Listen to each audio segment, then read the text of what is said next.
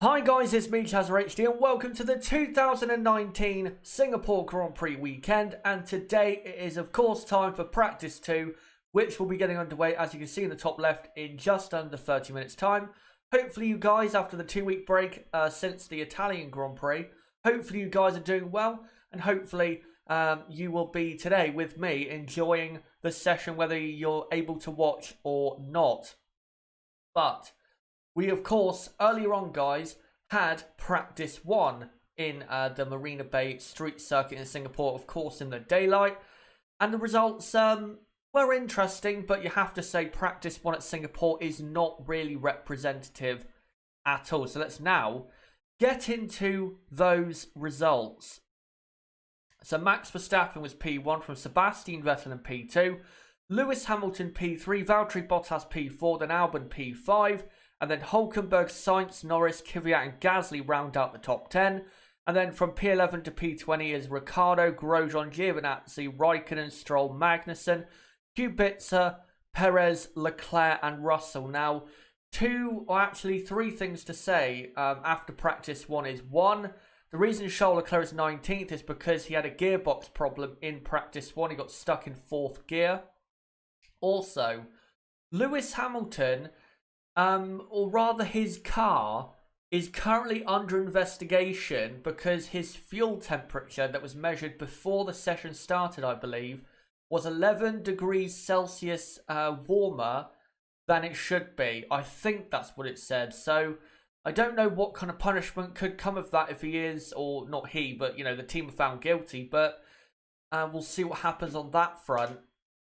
But also, when it comes to the results of practice 1, don't really pay attention to them because practice 1 in Singapore is probably one of, if not the most unrepresentative practice session you'll get in 2019 because, of course, qualifying the race is at night around, you know, this time in the day. So it really isn't going to be representative of what we're going to see in practice 2 and in qualifying and in the race. But let's now get into previewing the teams and how I think they are going to be looking this weekend and in practice 2. So first off is Mercedes. I think Mercedes are probably going to have the fastest car, probably up until race day at least, but they are absolutely, with Lewis Hamilton, the favourites to go on and win this Grand Prix this weekend. Lewis Hamilton around Singapore is maybe not the absolute best because he does share the pole and win record as I've shown in my preview for Singapore. By the way, if you haven't seen my preview for this race, it's in the description down below. I uploaded it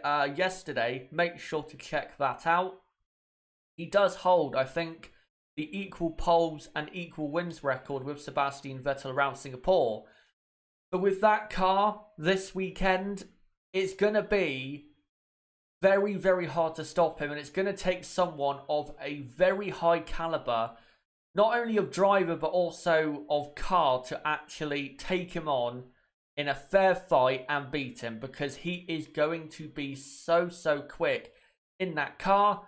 And in practice too, I think once Lewis Hamilton bolts on some soft compound tyres, I think you will see him really set the times alight, because that car and driver combination around this circuit is probably near impossible to stop. So yeah, they're definitely the favourites, and definitely watch out for Lewis Hamilton setting some very quick lap times in practice 2 in 25 minutes time.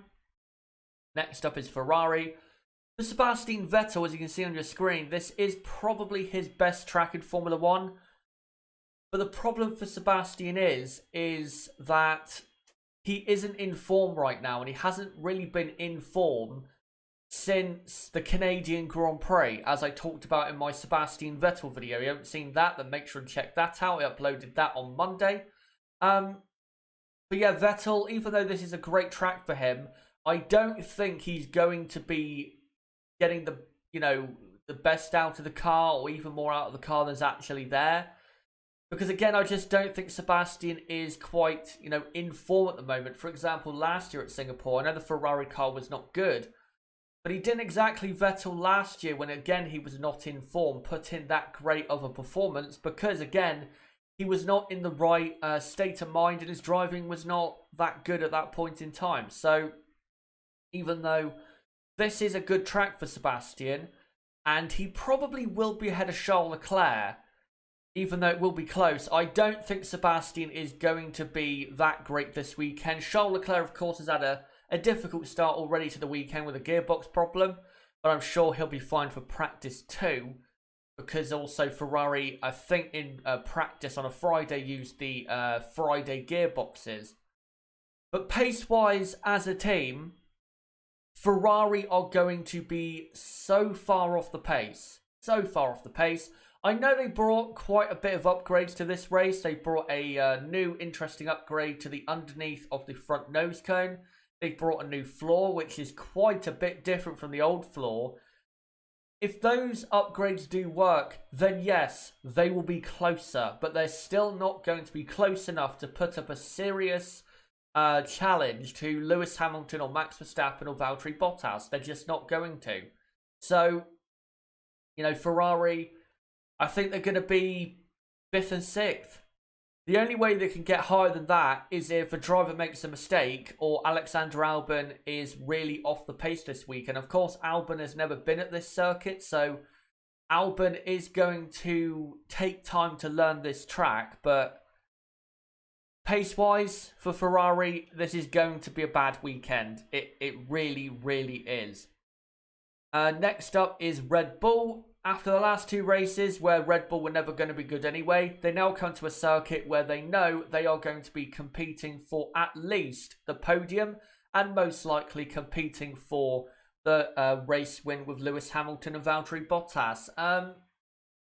Red Bull, with Mercedes at the moment, I actually think their cars are very similar. Very, very similar, I think the two cars are. And it is really this weekend when it comes to who's going to finish P1 out of, say, Verstappen and Hamilton. I think it will come down to the drivers. I think it will because, again, I don't think the differences between the two cars are, you know, are that great. I think they're very close on performance in the corners. I think it's probably separated by a tenth or two at most, with the differences between the cars. So we are in absolutely this weekend for a fantastic head-to-head battle between Lewis Hamilton and Max Verstappen. Hopefully it is similar to Hungary, because Hungary was great and I want to see that yet again. And for this time at a circuit that is a lot tougher than the Hungaroring. And definitely, yeah, Red Bull are going to be right up there. We know that. It's Singapore. Red Bull are always in the top 3 at this circuit. And that's not going to be any different this weekend. But now, let's get into the midfield. And first off, the two Renault-powered teams, Renault and McLaren.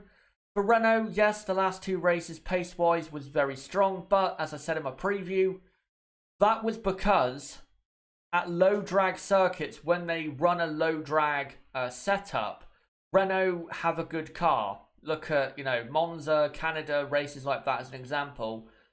But when we come to high-drag circuits, Renault are not that good. They really are not that good. And I think this weekend, Renault aren't going to be terrible. I think, Daniel Ricciardo, for example, I think will be good. I think Daniel Ricciardo is normally very good at this circuit. So I think Ricciardo will be in the top 10. Hulkenberg, I think pace-wise as well, will be probably between P9 and P12. So he'll be in there, but Renault will not be anywhere near as strong as they were at the Italian Grand Prix. No way at all are they going to be as good as they were at that race. But they will be able to compete with teams like Toro Rosso and Alfa and Racing Point. Mostly, I think, because the two drivers are actually good at this circuit. So definitely watch out for the two drivers, because I think they are going to have to really outdrive the car if they're going to get to the front of the midfield pack. And for McLaren, I think McLaren will get back to it. I think if you look at the last two races, to be fair to McLaren, they have been very unlucky. They should have scored, 18 points, and they'd be a lot more comfortable in P4 on the constructors if they did score that, and they should have. But for McLaren, Yeah, I think they'll be fine. I think, Lando Norris is a driver that once he gets suited to this circuit, of course, this is his first time around here, I think. Once he gets suited to the circuit, I think he'll be absolutely fine. He's that type of driver that, learns quickly. And Carlos Sainz, historically, is very, very good at this circuit. He's always, when it comes to qualifying speed, he is always in the top 10. He's a very, very strong driver when it comes to this circuit. And his best ever finish in Formula 1 came at Singapore in 2017. Of course, it was wet, but still, he was very strong in doing that. But I think McLaren will be fine. And as long as they don't have any more bad luck, I think McLaren will score a good amount of points with at least one driver. But it probably, will be the case with both drivers. Now let's get to the rest of the teams. Alfa Romeo, pace-wise, I don't think Alfa are going to be that strong this weekend because street circuits are not exactly Alfa's strong point. Look at Monaco this season where they were absolutely terrible. Alfa will be in the fight though when it comes to race pace because normally when it comes to that factor of Formula 1 they are strong, but in practice too, don't expect them to be strong. I think they're probably going to be around P13, P14 in practice too, because I just don't think they have quite the car that is, say, suited to this kind of circuit. And I just don't think they're going to be particularly good in their two drivers. Well, Antonio Giovinazzi, I don't know if he has raced here before in GP2, but Kimi Raikkonen doesn't have the greatest record at this circuit. He's kind of on and off.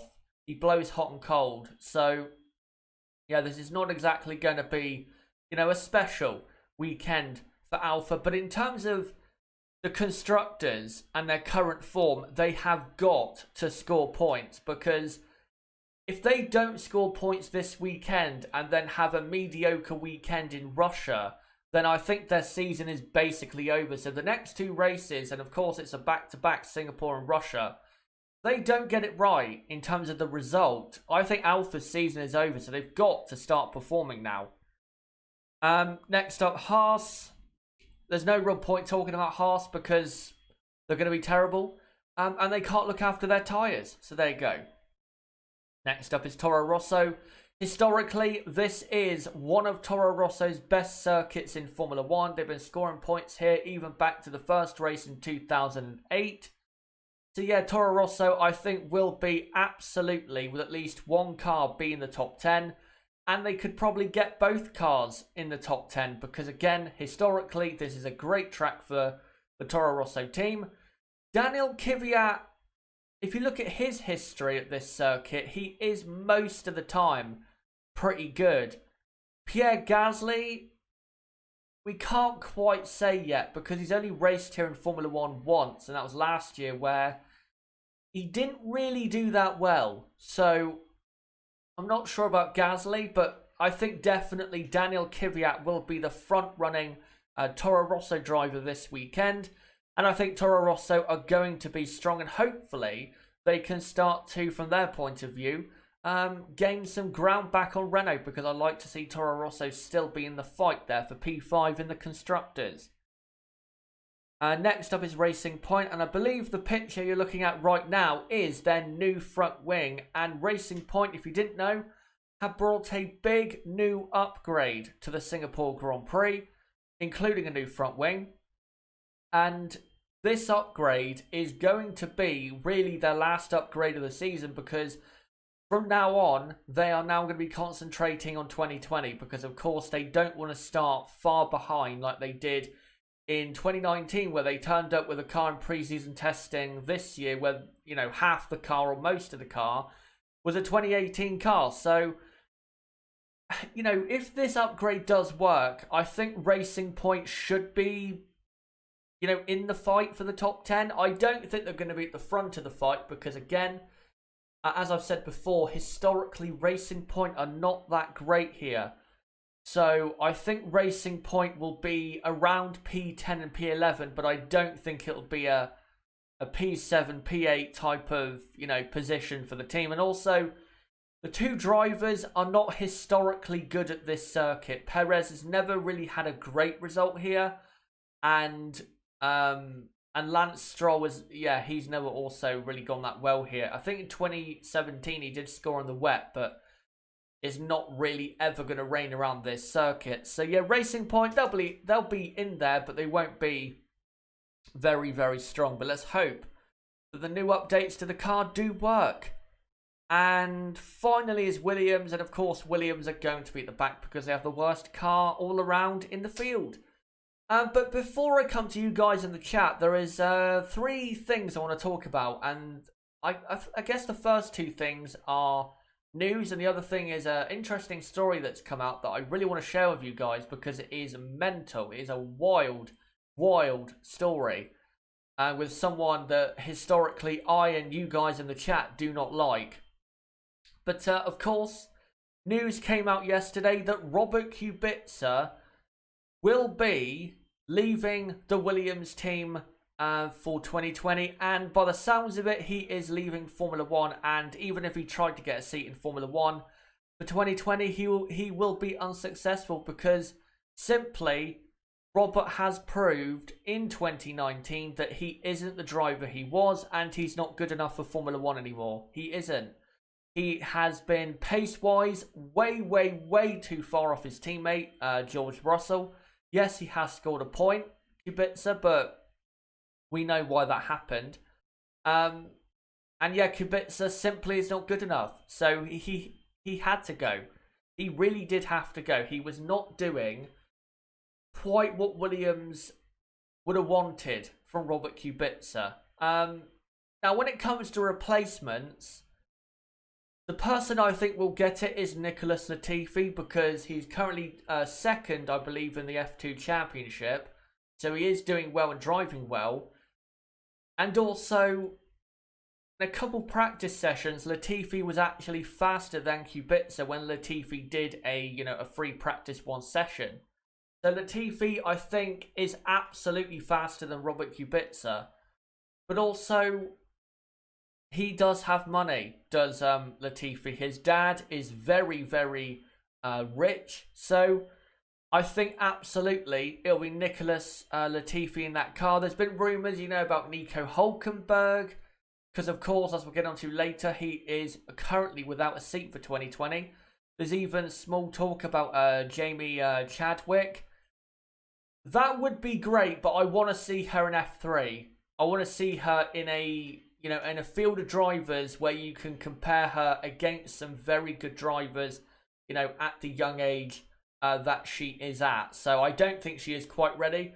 But yeah, I think Nicholas Latifi will absolutely get the seat because, again, he's quick, he has the money, and, the team know him. He's their reserve driver, so why would they not go for Nicholas Latifi? And when Claire Williams was interviewed on Sky Sports F1, that was the only name she talked about that she sounded confident about in terms of, putting that person in their car. She did mention Nico Hülkenberg, but only when, the Sky F1 presenter asked her about Hülkenberg. They didn't even ask her about Latifi, but she brought Latifi up. So I think that's kind of already a sign that Nicholas Latifi is the front runner for that seat. But also, we had some news about Haas that Romain Grosjean is staying at Haas F1 alongside Kevin Magnussen for 2020. This was a big shock. I cannot believe that they've selected Romain Grosjean over Nico Hülkenberg. Now, 2 or 3 years ago, I would have been fine with this decision because Grosjean a couple years ago was actually a good driver. And I think a couple years ago, Romain was actually better than Nico Hülkenberg. But in the last couple years, Romain has been very inconsistent, and most of the time you could argue that he has been terrible. And in the last 2 or 3 years, Nico has been very, very strong and done, I think, pretty well in the Renault car that he has been given. So I can't believe that they've kept on Romain Grosjean. The only thing I can think of in terms of a reason as to why they've kept him on. The only thing I can think of is that because of how bad the Haas car has been in 2019, because Roman has been, I think, good at giving feedback to the team in terms of what is working and what is not working. And that's why, of course, Roman went back at Hockenheim in Hungary, and I think for this weekend to the older spec of car, because he was telling the team, we need to go back to the older spec because the older spec is better. And finally, the team found that out. I think that's the only reason you could come up with as to why Roman Grosjean is staying at Haas, because he gives good feedback and, is working well with the team. Other than that, I don't see why you keep Roman on. This season, he hasn't been as good as Kevin Magnussen. He has had races where he was good and the car did let him down a bit. There is no doubt about that. And there are races where he did drive well, but again, the car let him down. But if you look at the season compared to Kevin Magnussen, he has been, I think, comfortably worse than Kevin Magnussen. And Roman has had, I think, too many weekends in 2019 where he's not only been off the pace, but he's been off the pace to the point where he may as well give his seat up during the weekend because he's that far off the pace and he's making so many mistakes in the car. So, I'll be honest, I don't get why they kept him on. I really don't understand why. Of course, it's their decision. They, I'm sure they have all the data and all that stuff to show that Roman is actually doing well. But from what I've seen, and from what you guys have seen, I don't see how Roman Grosjean deserves to stay, not only at Haas, but even in Formula 1, because I think his time has absolutely come. And, of course, he does get a chance for next season. Hopefully he improves, but I don't think he will, because I think he is on the downslope of his career. But when it comes to Nico Hülkenberg, I think Nico's out of Formula 1. I think he's done. I think Nico is done. I don't see where Nico can go. There is talk about Alfa Romeo, but they're not going to get rid of Antonio Giovinazzi. There is no way they're going to get rid of him, and I don't think they should, because I think Antonio has, as the season has gone on, improved. And I think, considering how the Alfa has been this season, I think Antonio does deserve a second season. Also, Ferrari want to keep him there.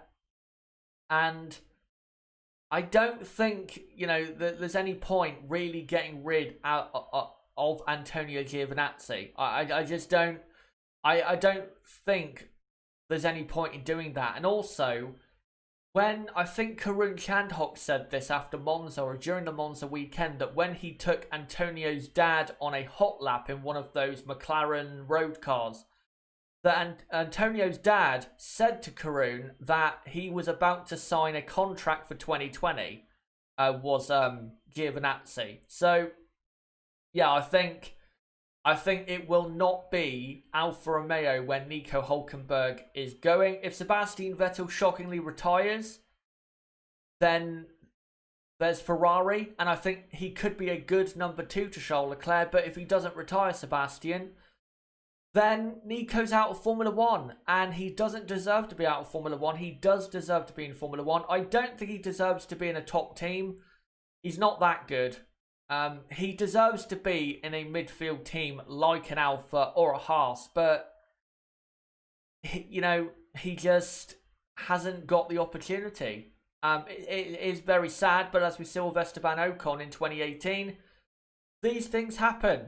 Maybe he can come back in 2021 if we get a new team on the grid that is rumoured to be coming. But yeah, I don't see Nico staying in Formula 1. I think he's out of Formula 1 for 2020. It is a shame, but, these things happen. And also, quickly, because we've only got 5.5 minutes to go, this man, the man we all hate, Dan Tickdom or Dan Dickdom, there is a story that came out about him. I think the story, I saw this after the F1 Feeder Series Twitter account tweeted about how he's returning to some British Formula Series, I think British F3, maybe, or British F4, I'm not sure. And And I think we may have found the reason for why he was dropped from the Red Bull driver program. Now, the article is actually in the description. It's between my, the plugs of my, channel and Twitter and Discord and all that stuff, and the actual description. You can go and have a read. And if, of course, you don't speak Italian, make sure to translate it. According to that story, and I will say, this is an allegation, this is not confirmed. Just want to make that clear. This is alleged. This is not confirmed. According to this rumour, Dan Ticktum was dropped from the Red Bull driver program immediately after apparently attacking one of his own engineers at Sugo in Japan. Sugo is a circuit in Japan that, of course, they use for the Super Formula Series that he was racing in. Now, again, it might not be true. It might be complete rubbish. But if this is true, then oh my god, this guy is even more of a dick than I thought. And again, if this is true, really attack your own engineer? What a coward. What a cowardly act that is. Again, if it's true. If it isn't true, then, it's just rubbish. But if this is true, then this guy does not deserve to be racing. He really doesn't. And I want you guys in the chat right now to press S in the chat. That's S to spit on Dan Ticktum's Red Bull driver program career and Formula 1 career. Because, quite frankly, if that is true, then I think we have every reason to do that and to hate on him. Because the guy, as a person, is he's trash, isn't he? Absolute trash. But anyway, we are now just under 3 minutes away from practice 2. Getting underway. Let me look at some comments here. Count Blast says, I no longer have sympathy for Haas. At this point, in terms of the drivers, you have to say they had the opportunity to get rid of Roman, but they didn't. So if this does backfire, they have only themselves to blame. So you're right. Can't really feel sorry for them or anything like that, can we? They just cannot, feel sorry for them. Right, let me find other comments here. Nazi M, another match made in heaven video. If you're talking about for Grosjean, that is a good idea. Maybe I'll do that. Maybe I will. Prussia says Hulkenberg will most likely find a spot as a reserve or development driver. I think he'll probably end up as a development driver for some top team. And Meme School, good name, says, do you think Hulkenberg will go to Formula E as he looks to be out of F1? I'm not sure what the current situation with Formula E seats are, but I think actually he'll go to WEC because he's raced in WEC before, of course. He won the 24-hour Le Mans race with Porsche, I believe. So I think he will probably go to WEC if he doesn't go to Formula E because he has, of course, raced in that series before. Unslave Humanity, what are the chances of Max winning? Above 90% or below 90%? That's pretty high from you. I wouldn't say anywhere near 90%. I'd say 60%. Actually, no, not 60%. I'd say 40% rather. I think Lewis Hamilton is the favourite on 60%, and then I think Verstappen, you'd have to put on about 40% chance to win. The reason I say that is because I think in qualifying trim, the Red Bull will be quicker. Or the Mercedes, sorry, will be quicker. And I think Lewis is slightly better at this circuit. But we are about to get underway for practice 2. Just to let you guys know, what we do on the watch-alongs is I will... first off, we don't show live footage for obvious copyright reasons. If I did, I'd be copyright striked out of this planet. So what I do is show a slideshow of pictures. There'll be one every 3 minutes. Also, I will provide a radio-style commentary of what is going on at the circuit. So as long as, you listen to me, you will not miss a beat as to what is happening in practice 2. And if you can't watch the session, then of course you can keep up to date with what I am saying. And I'll have a live running order running along the bottom of the screen, so you guys can look at that and see who is where. I'll update it as many times as I can. And also, I do have about a 45-second to 1 minute delay because of the device I do watch my Formula 1 on. So if you do want to sync up, then make sure to pause your device for that long and we can sync up. But if you don't, no problem. And if you can't watch it anyway, then of course you can just listen to me take you through the session. As practice 2 is about to get underway in a few moments time, in a few seconds time. And by the way, guys, don't worry, I will come to you guys in the chat a bit more during the stream. And definitely once we get into the race runs, I will come to you guys quite a lot for talking points. To fill the last, 40 minutes or so. As on my TV, Daniel Ricciardo is getting strapped into his Renault. And Karun Chandhok on Sky F1 is looking at the Mercedes of Valtteri Bottas. Of course, Valtteri put it in the wall at, I believe, turn 15. I think it was. Not a great way to start the weekend, and definitely driver error. He was pushing too hard. Throwing the car a bit too aggressively into the corner he was, and that's why he ended up in the wall. But it's only practice, and as long as the car's ready, I think he will be absolutely fine. As now Karun is going down to look at Ferrari. Let me look at some other comments here. Tom Ernest, Grosjean should get a Ferrari drive. He would be a great track clearer for Charles, as Eddie Irvine was. Yeah, it definitely wipe out the competition for Charles Leclerc to go on and win, that's for sure. That's the thing though with Roman is, on his day, I think Roman is as quick as anyone in the field, but his day does not come around really at all. For example, if you put Roman in and by the way, the session is underway, I've just got to reset the timer because I'm slightly late on that one. As Kimi Räikkönen is now on circuit, if you put Roman in a Mercedes at Australia, I think Roman would absolutely contend for the victory because he's so good at that circuit. And there you go, the timer's now up, and I'll get the running order up. There you go. By the way, this running order is the, of course, final finishing order of the last Watchalong, which was the Italian Grand Prix race. So that's why it is that. I'll update it once we get the full 20 times on the board for the first time. And let me now get the slideshow up. There you go. And if I ever need to adjust it, then I'll make sure to do so you can guys can see the pictures on the stream. As we're seeing currently, Nico Hülkenberg. And yeah, as I said earlier, he is currently out of Formula 1. So not looking good for Nico, but things can change very quickly in Formula 1. Who knows what's going to happen between now and Abu Dhabi? Absolutely anything can happen. Prussia says, I think Lewis will take the title at Suzuka. Lewis is currently leading the championship by, I think, 63 points. So he's not far away from winning it. As Raikkonen now on track, by the way.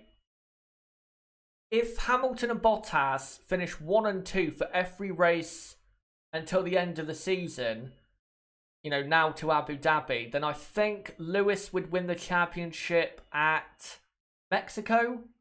I think would be the earliest if Valtteri finished second to Lewis at every race between now and Abu Dhabi.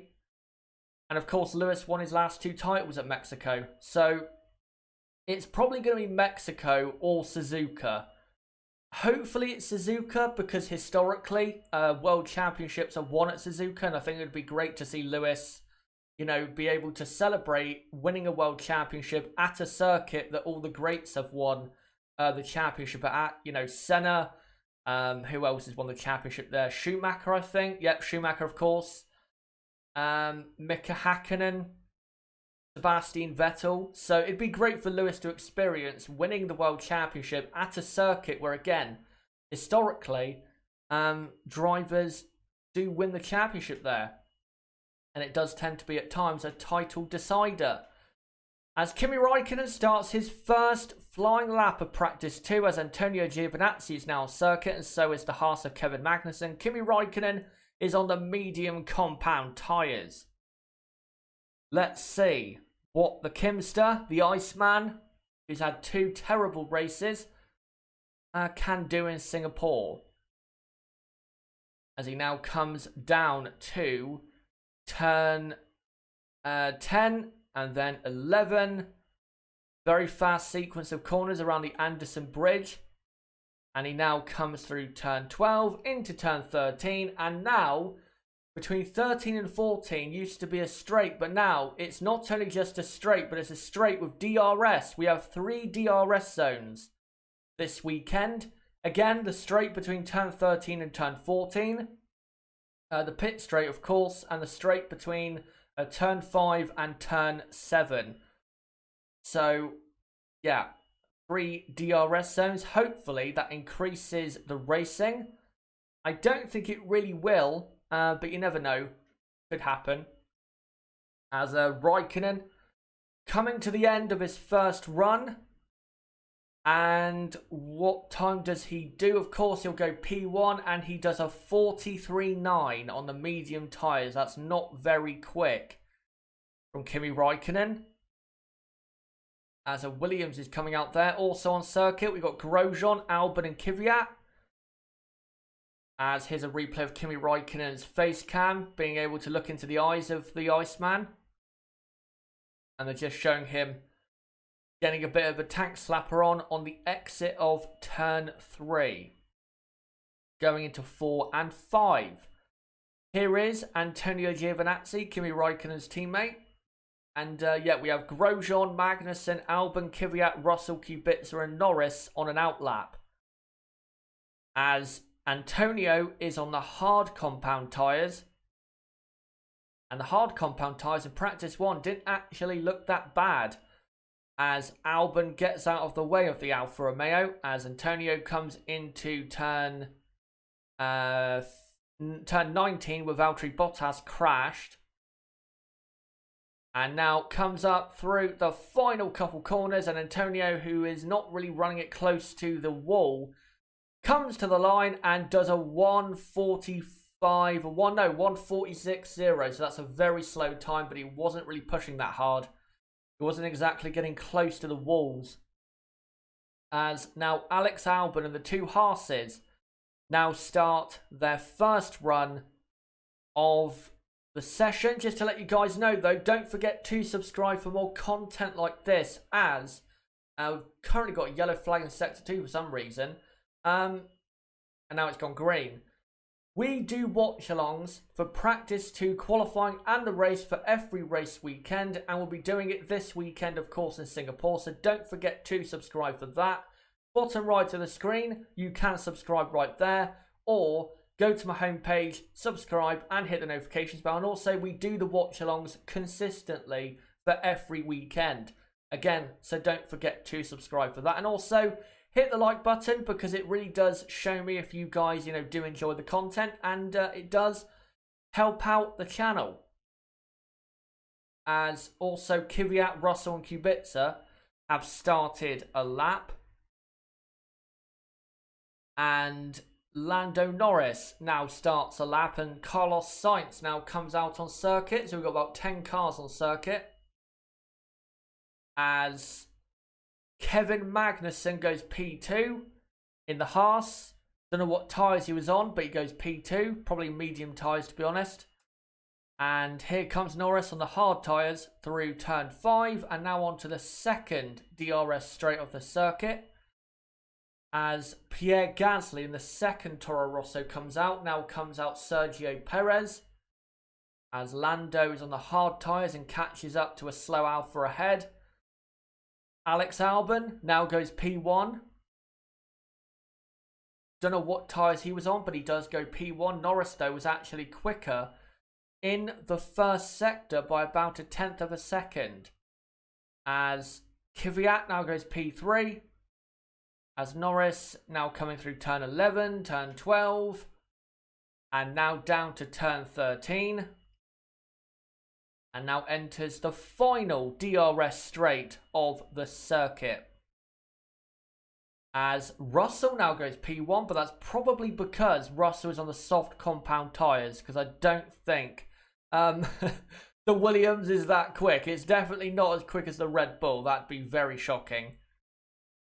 As Norris now coming to the final sector, coming into the final few corners. As, yeah, Kubica goes third. So, yeah, they're definitely on soft tyres of Williams. And Norris now comes through the final corner, a great corner. And on the hard tyres, he goes P3. Good first run for Lando Norris. Only a couple tenths behind Albon. So very good time there for Norris to start off with. As now we have Sainz, Gasly, Perez, Vettel, Stroll, Ricciardo, Bottas, Hamilton and Hülkenberg on an outlap. Charles Leclerc and Max Verstappen are still in the pits. Of course, Charles Leclerc had the gearbox issue in practice one. Max Verstappen normally leaves it quite a bit of time before he does come out. Oh, Raikkonen getting a tank slapper on again, this time in turn 2, and that was after going over the curb on the exit of 1 into turn 2. So the Alpha not looking that gripped up as the Toro Rosso there of Daniel Kvyat, I think, clipped the wall at the penultimate corner. Did he? Yes, he did. He brushed it. Ever so slightly brushed that wall, did Daniel. And that's what you got to do at Singapore. You've got to get as close to the walls as you possibly can. As we have, who is this? Valtteri Bottas on circuit now on medium tyres. And now we have Sebastian Vettel on a lap now. Let me just adjust this picture. There you go. And Valtteri now slowing down to let other drivers through, as Carlos Sainz is currently on a lap on the mediums. As Sebastian Vettel now enters the second, I believe, DRS straight. As great to see, we get a great eye shot of Sebastian Vettel's of his eyes through the helmet. Great to see, because it's, you know, it's great to see what the drivers are looking at. He did do a fastest first sector, but I don't believe Sebastian is pushing anymore. As Kimi Raikkonen goes P2.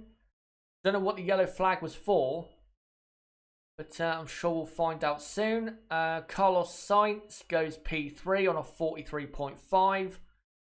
These lap times are not very quick, as Alex Albon pulling off there, only to get out of the way though, not to break down or anything, as Pierre Gasly goes P5, splitting Albon and Norris, as Kevin Magnussen now goes P1 by about a tenth of a second from the Williams of Russell. And this is what it was. It was Albon locking up, going down into turn 7, and he went down the escape road. And, well, if you lock up going into that corner, you've got to go down the escape road, because if you try to still make the corner, you're going to do a Daniel Kvyat from 2017 and hit the barrier. So, yeah, good, smart driving from Albon, as now Lewis Hamilton starts his first run in practice 2 on the medium compound tyres. Let's see what he can do, as Sergio Perez goes very quick in the Racing Point. He has to be on the soft tyres. He's done a 41.4, 1.7 seconds faster than Magnussen. If he's on mediums, that's an absolutely alien lap time. As now Hamilton comes up to turn 13 and now is about to end his middle sector. We'll see what he's done so far on this lap. He should be going purple here. And he does, but only by about half a second. But yeah, Perez was on soft tyres, but still a very good lap by Perez. Ricciardo now goes second. As now Hamilton comes through turn 17. Now into turn 18. Through 19. And now comes to the final 3 corners. Gets as wide as possible for the final corner, or the penultimate corner. Now into the final corner, swings it in, and he will go P1 on this medium set. And yes, he does, by 7/10 of a second. So Lewis Hamilton P1 by 7/10 of a second. And then Daniel Ricciardo's P3, but 2.2 seconds off. Don't know what tyres Ricciardo was on then. Stroll has done a lap, so has Hülkenberg and Vettel, but they're very slow lap times. And so has Bottas, he's done a very slow time as well. But Vettel, now on a lap, he did the purple first sector. Not a surprise, because in the first sector, it is mostly about power. And we do have 2 DRS zones in the first sector, so no surprise there. And now Sebastian on the medium tyres comes to the end, gets very close to the wall, comes to the end of his lap, and where does he go? He goes P2, but about a second off Lewis Hamilton. And that is to be expected. We expect the Ferraris to be about a second off the pace. So, no surprise there. Did he make a mistake at turn 7? They're just showing his eyes there. I don't think they're showing a mistake. Or was the mistake? Yeah, slight one, but it wouldn't have cost him that much time. He went slightly over the turn 7 exit curb. As Raikkonen now goes P7. Once Hülkenberg and Bottas set a proper first run, then I will update the times. Actually, I'll do it after Charles Leclerc sets his first lap, because he is now on the circuit. As where's Max Verstappen gone? I'm not sure, but now we're not showing the times. We're now showing the exit of the pit lane and kind of also the entry to turn 1 as a Williams locks up into turn 1. And then a Renault goes in very slowly. I think Hülkenberg has just done a lap. And Valtteri Bottas has gone P3 on the medium. So that was a very, very quick first run for Lewis Hamilton. And Max Verstappen went P7, I think, on hard tyres. Right, so we've got everyone on a lap time. But once Charles Leclerc completes his first proper lap time, then I will update the running order. As Daniel Ricciardo is now on another run on the medium tyres. Hopefully it's an improvement, because he's 2.2 seconds off Lewis Hamilton on the same compound. I know the Renault's slower, but not that much slower. And now we're showing Martin Brundle trackside at turn 1, 2 and 3. So I can't see the times at the moment until they cut away from this. So for the moment, I'll read what you guys have to say. By the way, hello to Nib. Great to see you, mate.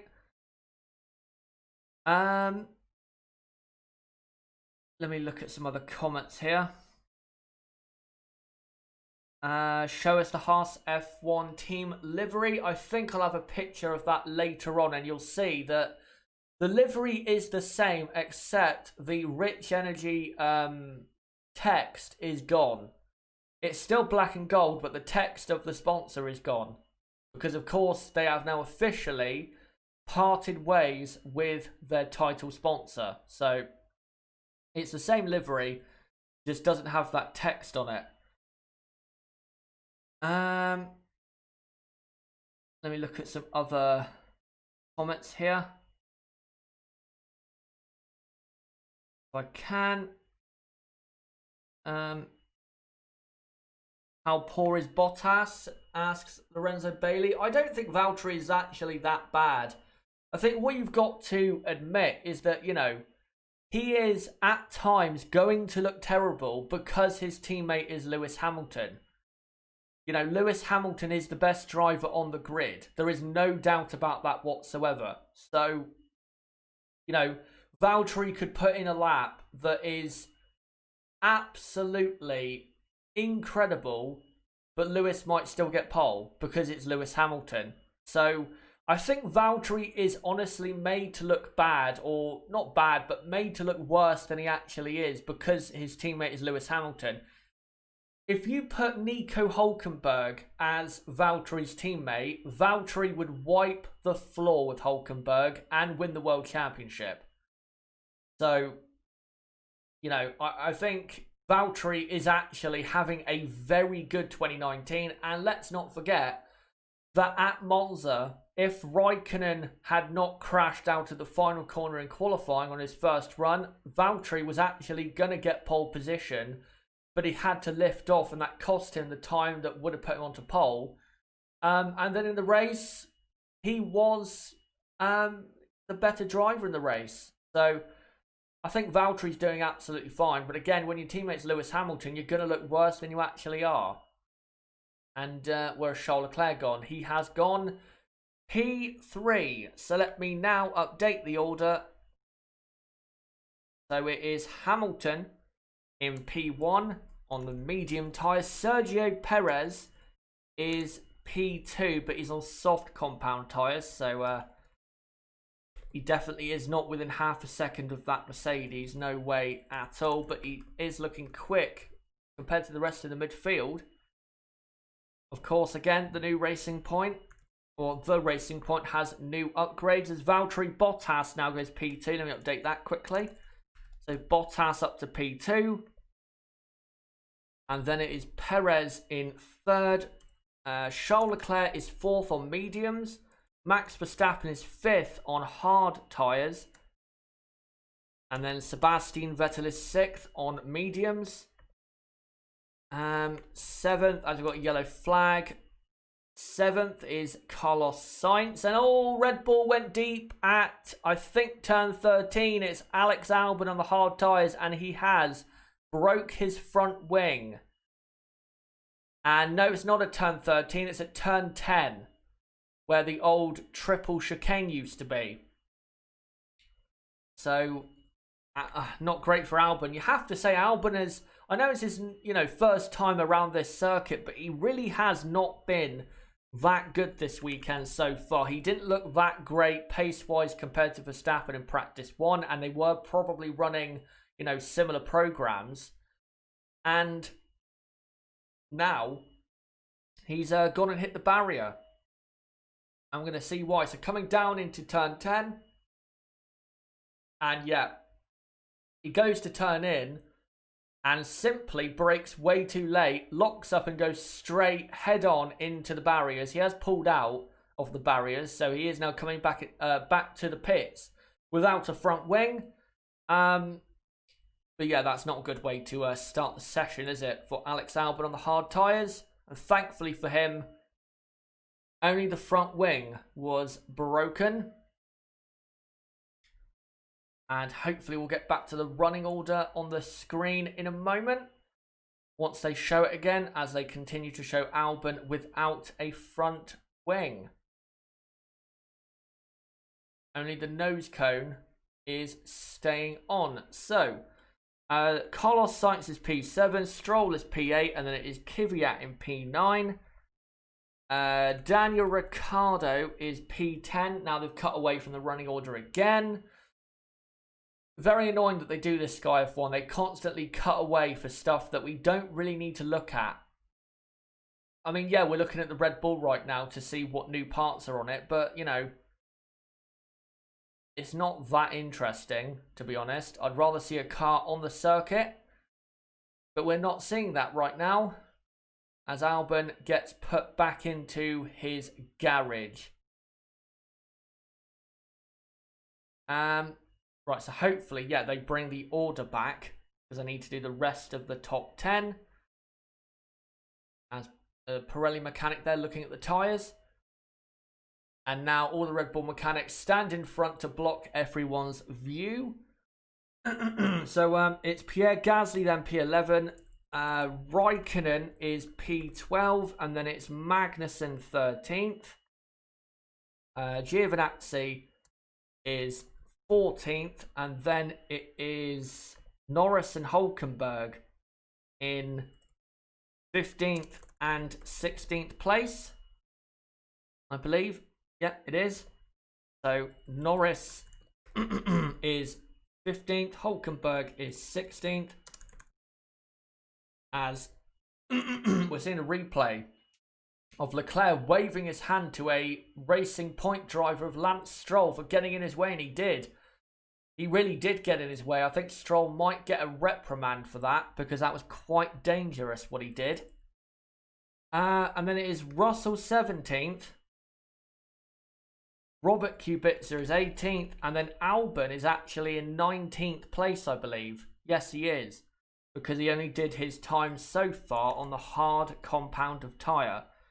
So Albon is 19th. And then Romain Grosjean is 20th. And the order continues to change as Max Verstappen goes P2. And Lewis Hamilton goes even further onto P1. On a 39.9. So Verstappen P2, P3 Bottas, and then it is Perez and Leclerc 4th and 5th as Pierre Gasly now goes 6th in the Toro Rosso. Charles Leclerc is now coming to the middle part of his lap. He's currently 0.8 of a second off. Not sure he's really going to improve on this lap. So yeah, Gasly's gone 6th, so that puts Vettel in 7th, and then you've got Sainz now in 8th place. Stroll is 9th, Kvyat 10th, and then Ricciardo in P11. We'll see where Charles Leclerc goes with this time. Here he comes to the line. Charles Leclerc goes P3 ahead of Bottas and Perez. So let me update that. Leclerc P3 and then Bottas P4 and Sergio Perez P5. I will say though, that time from Gasly P6, 1.4 seconds off Lewis Hamilton on the hard compound tyre as now Sky F1 go for an ad break. That's a very impressive lap time. Very impressive lap time. So looking good there for Toro Rosso. Let me just adjust this picture a bit. There you go. Of Max Verstappen. And now let me take a look to see what you guys are saying. Katarina Andrade, I think it is. Asks, who has got the best pace? Well, Lewis Hamilton for sure. Lewis Hamilton is miles clear at the moment of the rest of the field. He is, I think, 0.7 faster than Max Verstappen, who's currently in P2. Lewis Hamilton, at the moment, the only driver in the 1:39s. And that is very impressive to already get down to that at this point, only on medium tyres. So yeah, Lewis looking very, very good. And again, he is the favourite to win this weekend and get pole position. But we do still have 1 hour and 3 minutes to go in practice too. So plenty of time for Max Verstappen and Valtteri Bottas to respond to Lewis Hamilton. I don't think the two Ferraris really have anything to respond with because their car simply is not good enough at this circuit. Gross H, Max versus Leclerc, best rivalry this season.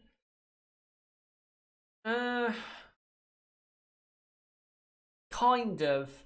We haven't really had an absolute rivalry that's continued throughout the season. You know, Max and Charles Leclerc, they've only come to blows at Austria, Silverstone, and that's it. So they haven't really raced one another that often in 2019. So it's not really at the moment a big rivalry. I'd honestly say Lewis Hamilton and Max Verstappen has probably been the best rivalry this season because I think we've had more of it. But we've never really had this season a constant, rivalry at the top of the grid for a long amount of time.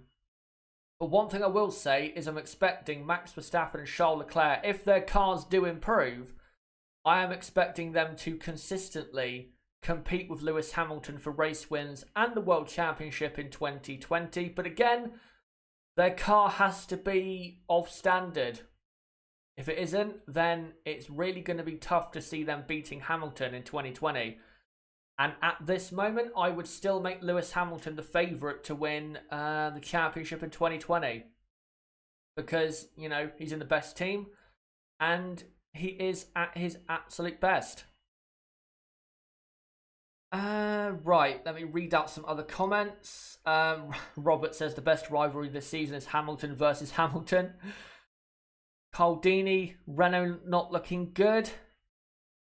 True, P11 and P16, but they didn't really go for it on that first run in practice too. So let's give them time first, and then we'll see, you know, after the soft tyre runs, we'll see where Renault end up. But yes, so far, not the greatest session, but again, plenty of time left. As we have a new order. So Lando Norris on the hard compound tyres has now gone up to P10. Ahead of Daniil Kvyat. And of course, for Kvyat, his home race is next weekend. So hopefully he can keep up his good form that he has been in the last couple races. I thought at Spa Monza, Daniil was so good. But unlucky, I think. Especially in Italy, where he was probably going to finish in 6th or 7th place. So yeah, unlucky for Daniil, but he's driving very well at the moment. This is the best Daniil Kvyat we have ever seen. Ricciardo has dropped to P12. Raikkonen is P13. Magnussen is P14. The Ferrari-powered cars are basically all off the pace compared to where they want to or should be. Not surprised. And then, yeah, Giovinazzi is 15th. And then it's Hülkenberg, Russell, Kubica, Albon and Grosjean. As we have just under 1 hour to go in practice 2 at one of the most glamorous venues for a Formula 1 race you'll ever see. And people do criticise Singapore a lot and say we shouldn't race here. But I really do like Singapore. It offers something different and it is a very tough circuit for the drivers. Physically, mentally and skillfully. And I think because of that, it should absolutely never leave the calendar. Because, you know, if Monaco is going to stay on the calendar or Baku, then I think Singapore should stay. Because I think it offers up kind of, you know, the similar type things. As Sergio Perez, I believe that is about to get into his racing point. And yep, it is. And everyone is in the pits except for the 2 Williamses, who are currently on track, probably now on soft tyres. Erwin Sessendorf. Maybe Hülkenberg struggles to get a seat because he's not bringing much sponsorship with him. Well, that's the thing with Hülkenberg. The good thing, I guess, is that he's in Formula 1 or has been in Formula 1 for so long, not because of money, because he is a good enough driver to be in Formula 1. Again, not to be a top team, but to be in Formula 1. Yes, that might cost him a seat at Williams, say. But to be honest, if Williams are next year, and I think they will be, if they're still at the very back of the grid, and that's only, you know, that's Hülkenberg's only option is to go to Williams, then I would rather go somewhere else, honestly, because, yes, you know, Formula 1, you know, is great, but if you're racing in a team that's so far behind everyone else, then you might as well not drive. You might as well go to WEC or Formula E, because it will probably be a better experience. As we got a Williams of, I think, Russell. Yes, it is Russell, who is currently on a qualifying simulation. And we'll see where he can go. Currently P17. And the lap time so far of the Williams, not actually that bad. So maybe they're not as far as the back as we thought, as Russell really giving it some in this Williams, and he has to because there's no real pace in the car. As now he comes to the end of the middle sector. And we are not seeing sector times, unfortunately. I'd love to see sector times because I'd love to see where Russell is going right now. I think this will probably put him around P10, P11. But of course, the others still have to set their times on the soft compound. As Russell comes through the final 3 corners, through the penultimate corner, he gets as close to the wall as possible. I think he actually clipped it. And now swings it into the final corner, sparking away like mad. And Russell goes P7. P7 for Russell. Great lap. But again, other drivers have not done a soft tyre run. Well, Sergio Perez has, but you know what I mean. Most drivers have not, as here comes Robert Kubica on his qualifying simulation. And now comes through the middle sector point. Again, not seeing sector times at the moment for Robert Kubica,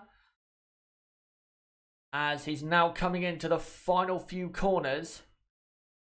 And this will probably put him around P10, P11, because he's not going to be as quick as Russell, as he now comes through the penultimate corner and now throws it into the final corner.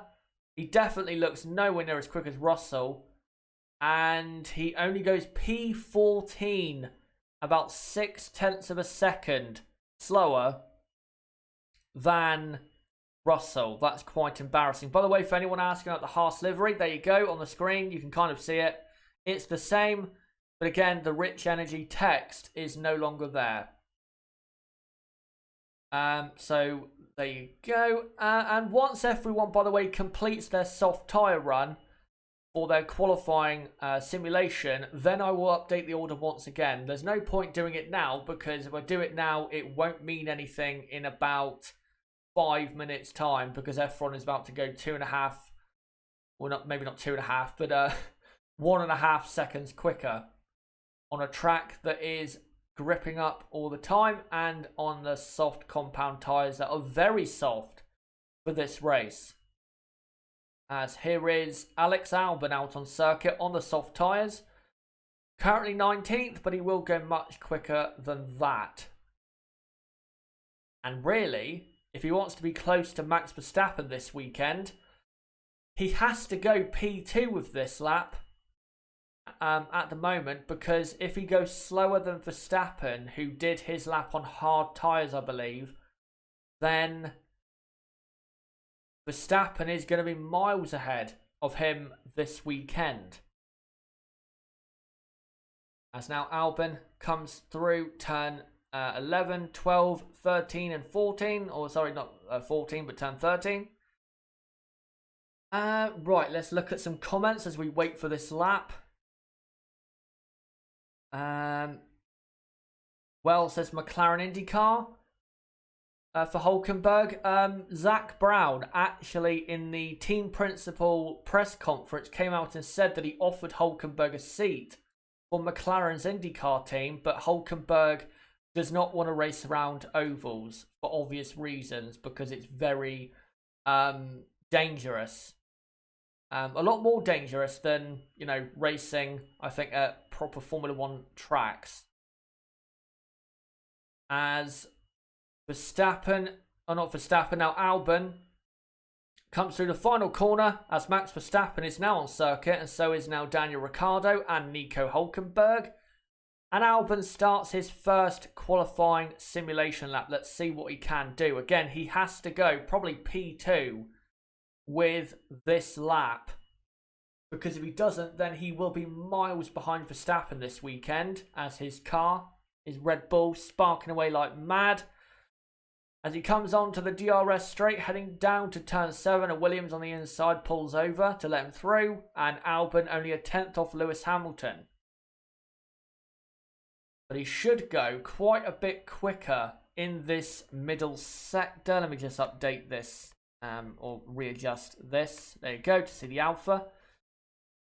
As Albon now comes down to where he crashed, turn 10, absolutely fine this time. 11 and 12 looks fine, gets very close to the wall, and now comes into turn 13. and gets very close to the barriers. I think he might have had a bit of understeer on entry to 13. And Albon is 2/10 off Lewis Hamilton. If we can go P1 with this lap, then that's a good soft tyre run for Albon, I think. Considering that he has just put it in the wall. As Albon now comes through. Turn 17 into turn 18 and 19. And now into turn 20 and 21. Goes a bit wide on entry to turn 20.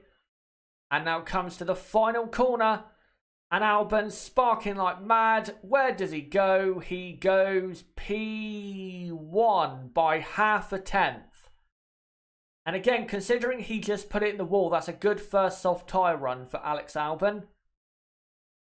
Verstappen will probably go quicker than that, but again, considering he just crashed, that's a pretty good effort. As they're now showing replays of his lap. Someone's saying Maldonado in for the Williams in 2020.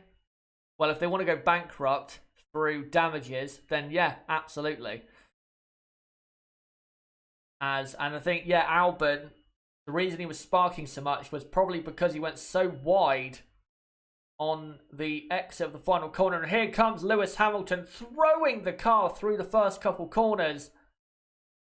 And now he comes through turn 5 onto the second DRS straight. And Lewis looks like an absolute monster in this car. As he comes down to the first sector point and is already a tenth and a half up on Alex Albon. Now comes into turn 8. Looking good. Now down into turn 9. Very tricky corner to get right. But he gets it absolutely bang on. Now comes down to turn 10 where Albon crashed. As Max Verstappen goes P1 on a 38.9. A second faster than Albon. As Hamilton through turn 13. Exits the corner. Opens the DRS. And what is his middle sector time? He's a quarter of a second off Max Verstappen so far.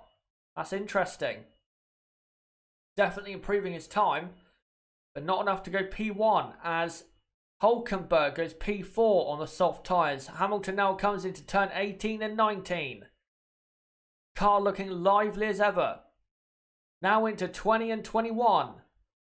Car on the inside moves out the way. No, it doesn't. It's a Red Bull. He will get slight turbulence, but it'll be fine as he comes through the final corner. And Lewis Hamilton goes P1 by 2/10 of a second on a 38.7. Very good lap. Valtteri Bottas goes P3, 1.1 seconds down. He's got to improve that, Valtteri Bottas. You can't be a second off. In fact, over a second off. You cannot be that slow. And also the same goes for Albon. Albon also a second off his teammate. That has got to improve. But I said this weekend it was Lewis Hamilton versus Max Verstappen. And where you can see right there it is. And Vettel was held up so bad by a Haas. Who was it? It was Kevin Magnussen dawdling on the entry to turn 11. Very poor driving. Should have known, and his engineer should have known there was a car coming through. A very fast Ferrari of Sebastian Vettel. That's poor. As Carlos Sainz goes P5, Kvyat goes P10. Here is Albon on another lap on the soft tyres. Hopefully he can get a lot closer to his teammate. Because a second off is a bit too far off as his teammate moves out the way on the entry to turn 18 and 19. And then into the next two corners, 20 and 21.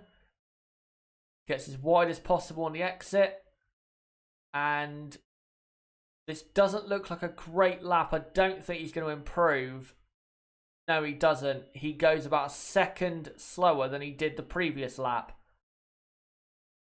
So I think those soft tyres, I think you can kind of see it. The soft tyres, I think, have gone. No more time to be gained on that set of tyres. But again, I'll update the order once everyone has set their first proper or final soft tyre lap, because the order is going to be moving around quite a bit before we get into the race simulations. As now we're seeing the man who held up Sebastian Vettel earlier, Kevin Magnussen, on a lap. What can he do on the soft tyres? As he comes through 20 and 21 and throws it into the final corner. And Kevin Magnussen goes into P16. That's a poor lap. Very poor lap for Kevin Magnussen. And I think the Haas right there really proven to be very slow, as Kimi Raikkonen, who's currently 20th and last, is on a lap. Hopefully we don't cut away from this, but I think we are going to for Martin Brundle's trackside bit. Here comes Raikkonen to the line, and Raikkonen goes P14. That's also not that good of a lap. So Alfa and Haas looking quite poor. Is Lewis still on the medium? No, that lap was on soft tyres. But his medium tyre lap was still very good. His medium tyre lap was only slightly slower than Valtteri Bottas's lap on the soft tyres. Just shows you the difference in speed and commitment and all that stuff. As Martin Brundle is watching the cars enter turn 5. Which, of course, is the entry to the second and main DRS straight, the longest DRS straight on the circuit. As the two Toro Rossos going through turn 5. And don't know what the next car will be, but and that's an Alfa, probably of Antonio Giovinazzi. And then a Renault. And hopefully we cut away from Martin Brundle at turn 5 in just a moment, because it's quite boring, I have to admit. As here comes Charles Leclerc on the soft tyres. What can he do? Comes through turn 19. Now into turn 20 and 21. The car is all over the place. He's throwing it into the corners, but the car is complaining. As he now comes to the line. And where will Charles Leclerc go on this quali sim? He goes P5, 1.2 seconds down. Sebastian Vettel goes P6, behind Charles Leclerc, 1.3 seconds down. Ferrari are miles off the pace. Absolutely miles off the pace. I think now I will update the order, because I think most of it is kind of complete. So it's currently Hamilton from Verstappen. Valtteri Bottas is in 3rd place. Alex Albon is in P4. And then it is Charles Leclerc in 5th. Sebastian Vettel is 6th. As Red Bull doing some checks on Verstappen's car, I believe, with Adrian Newey overlooking. I will in a moment, by the way, guys, take a drink, because I have been going non-stop for the last hour and 20 minutes on this stream without a drink, so I've got to have one in a moment. Sainz is P7. Hulkenberg is P8. P9 is Lando Norris, looking good for McLaren. They look like probably one of the fastest midfield teams, if not the fastest, as Lewis Hamilton comes to the end of another soft tyre run. Will he go even faster? All very close. He was half a tenth off. So he basically did the same lap time. Very, very close. Good. Another run on that tyre for Lewis. As we're seeing a replay of Stroll through turn 21. Clipping the wall with his rear tyre. Hopefully that hasn't done any damage. Norris is P9, and then it is Gasly, I believe, in P10. As we've seen a replay on the TV, and yep, Norris hit that, or not Norris, Stroll hit that quite hard. And Valtteri is on another lap, I believe. Is this the end of a lap? Let's see. I don't know if that was the end of a lap or the start of a lap. I think that was an end of a lap, and he did not improve. Yeah, Gasly is P10. Then it's Kvyat, Ricardo. And then Perez is P13. He did a soft tyre run, but he did it at the start of the session. So he can absolutely, can Perez go a lot faster than a 1 minute 40.8 or 40.9, I think his time is. Giovinazzi is 14th. Lance Stroll is 15th. And then it is Kimi Raikkonen in 16th place. 17th is Romain Grosjean. And you know what? Williams are right there with Haas and not far off Alpha. So Williams might have someone to compete with. Russell is 18th. Magnussen is 19th. And then Kubica is 20th. Yeah, Williams not that far behind. In a similar way to the Hungarian Grand Prix, which is a similar circuit to this. Let me just adjust this picture of the Toro Rosso. And you know what? For the first time in this stream, I'm going to quickly have a drink and then I'll come to you guys for a few minutes in the chat.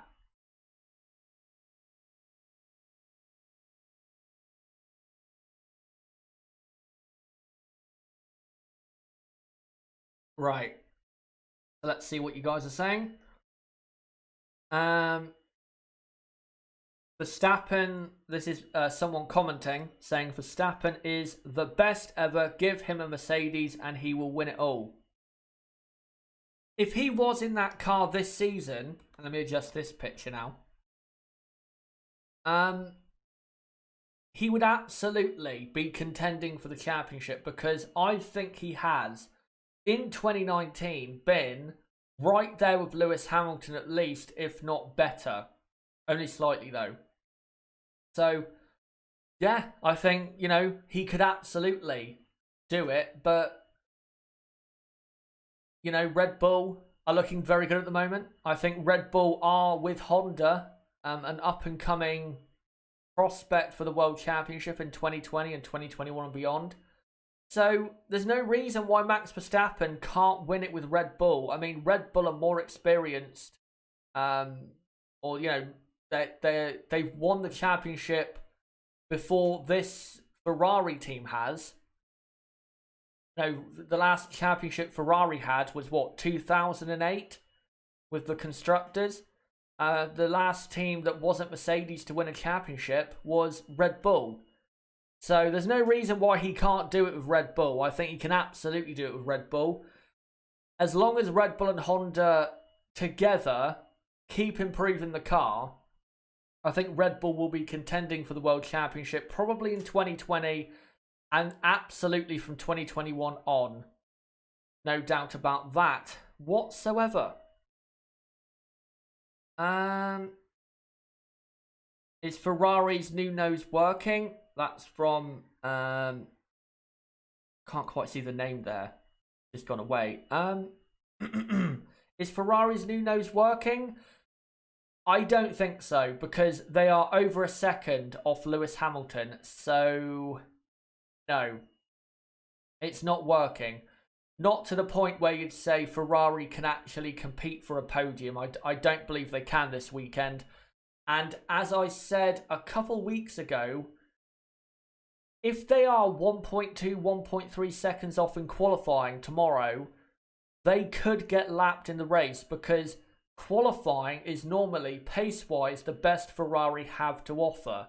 So in the race, they could end up being 2 seconds a lap slower than Lewis Hamilton. And if you're 2 seconds a lap off the pace in the Singapore Grand Prix, you will be lapped.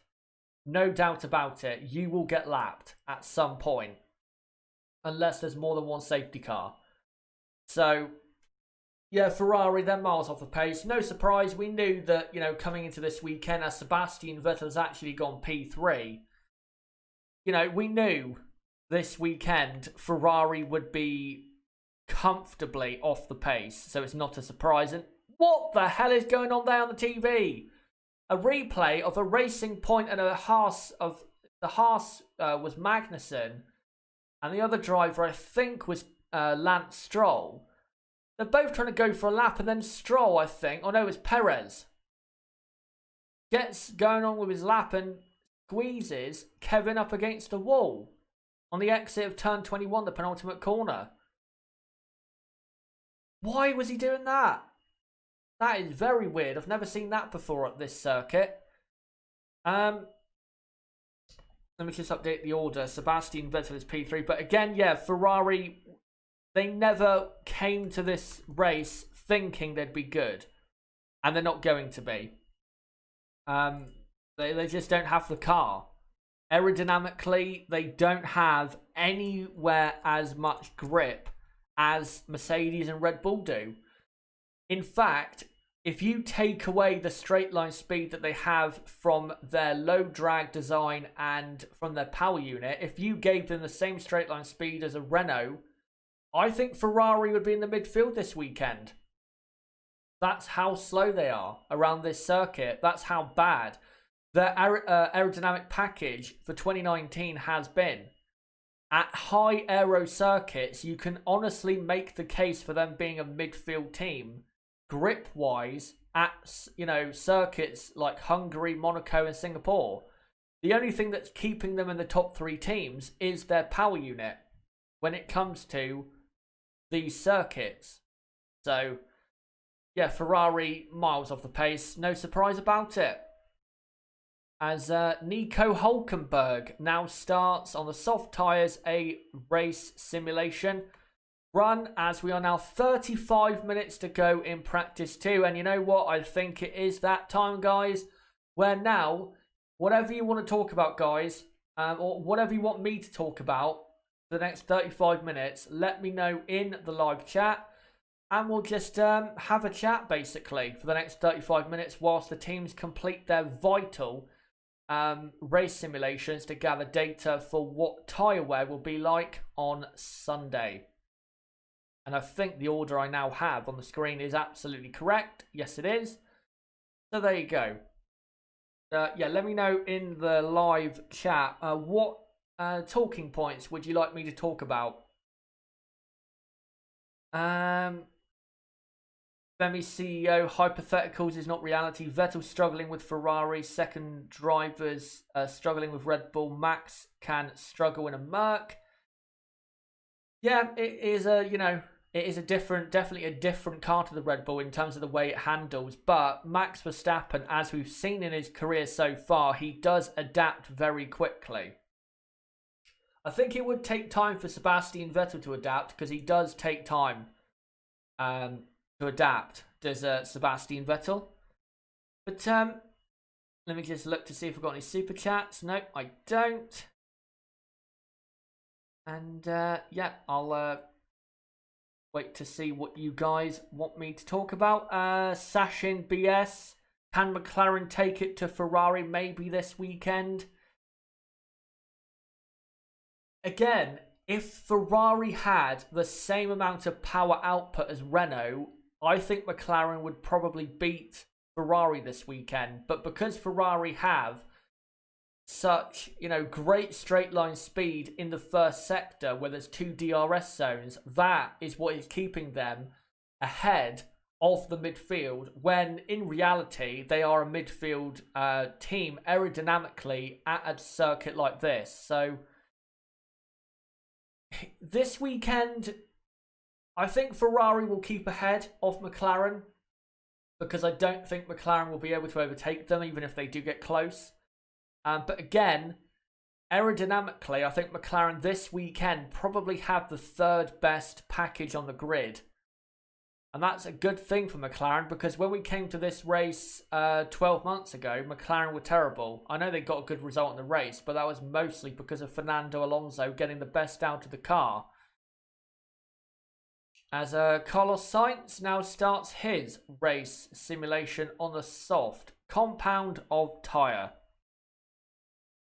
Right, let's see what you guys want me to talk about, and let's get into it.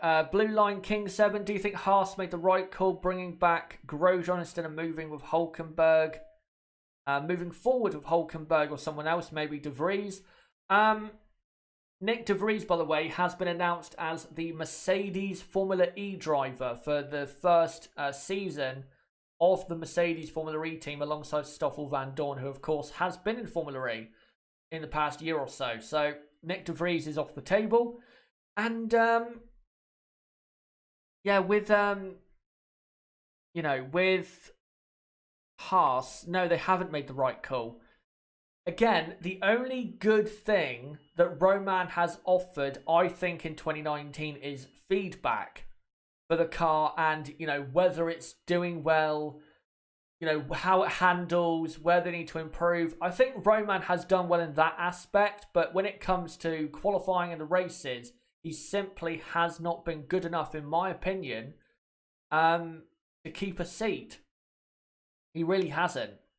So I don't think they made the right call. I think I would have gone with Hulkenberg. I know Hulkenberg and Kevin Magnussen are not the greatest of friends, but, they've never really got to know each other. They might actually get on once they actually get to know one another, but we don't know that now because, of course, Hulkenberg is not going to Haas. So they should have gone with Hulkenberg, no doubt about it. He would have improved the team and he would have helped improve the results of Haas F1. But, when Grosjean next year is still making the same mistakes and is still having weekends where he does nothing, Haas have only themselves to blame.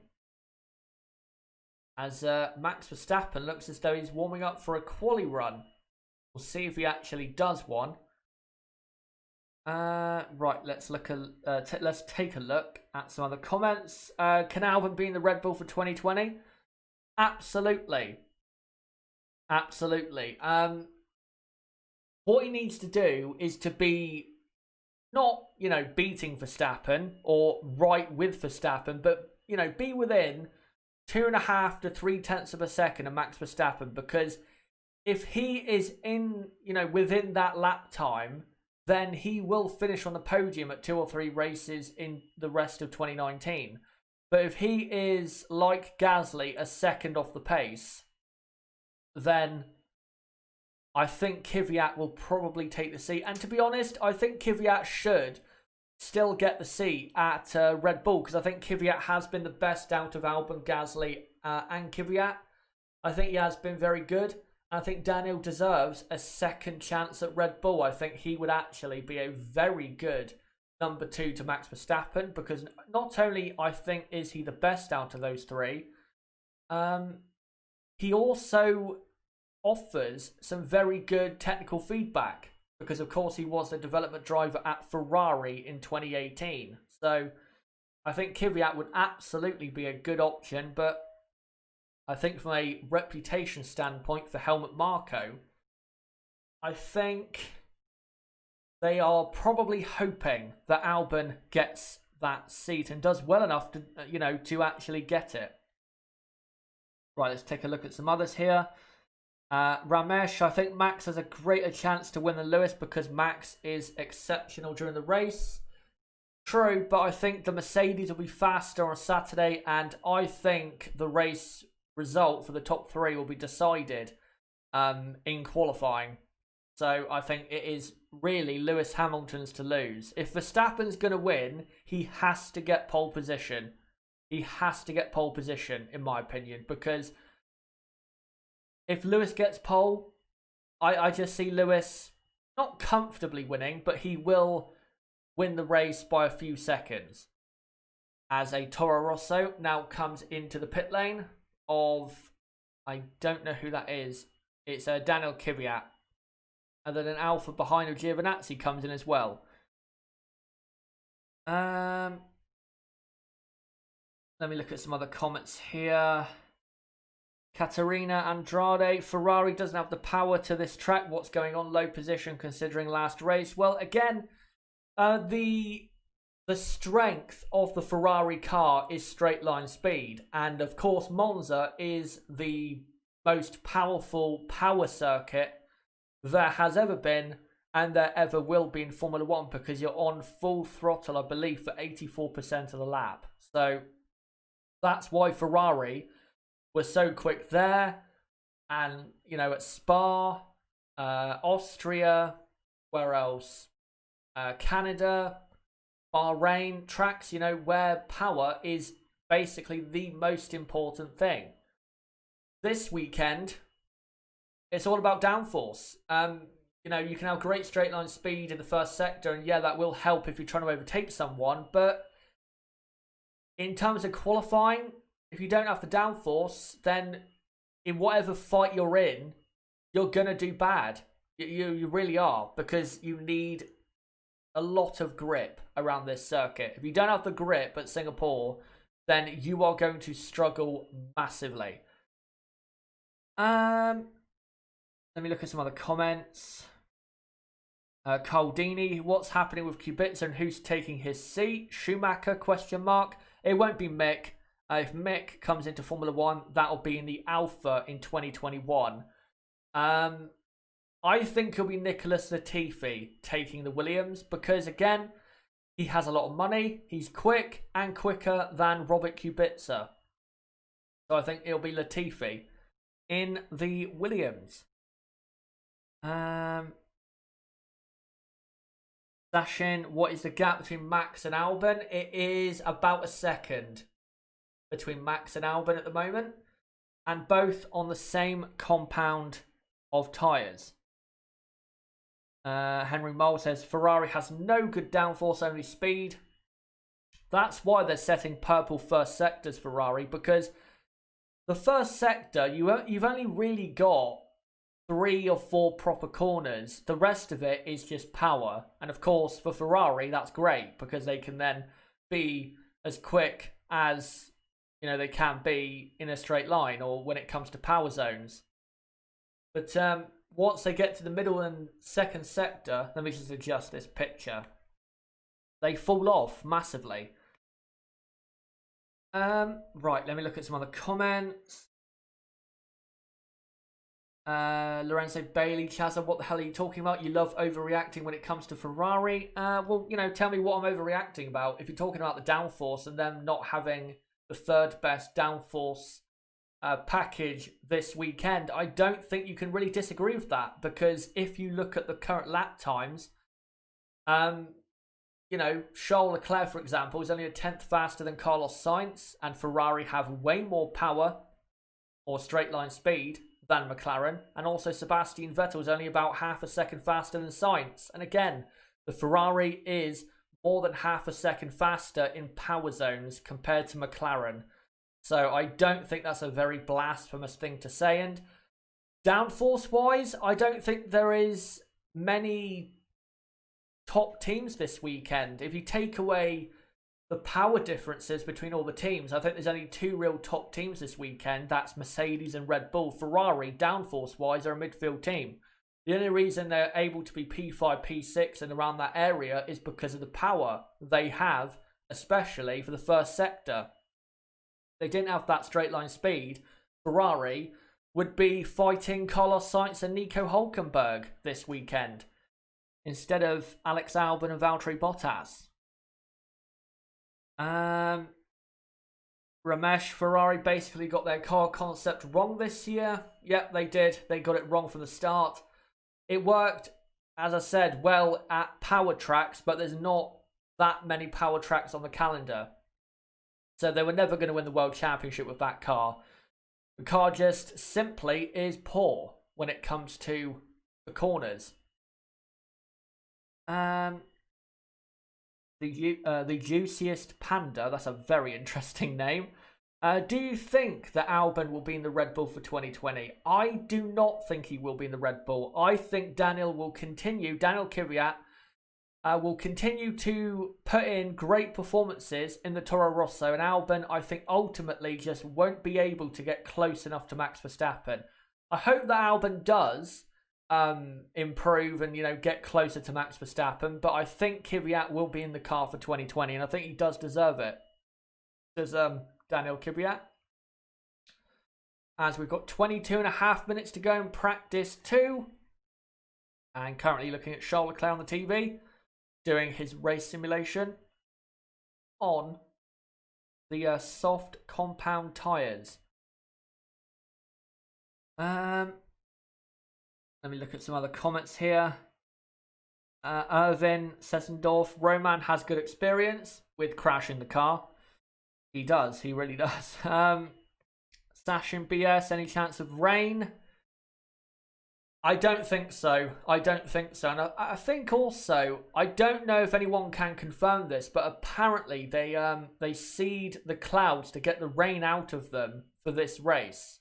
I don't know if that is confirmed, but I've heard that that is actually a thing that goes on in this part of the world to get rid of the rain for, big events. So if anyone can confirm, then let me know. But I think that's what they do. Let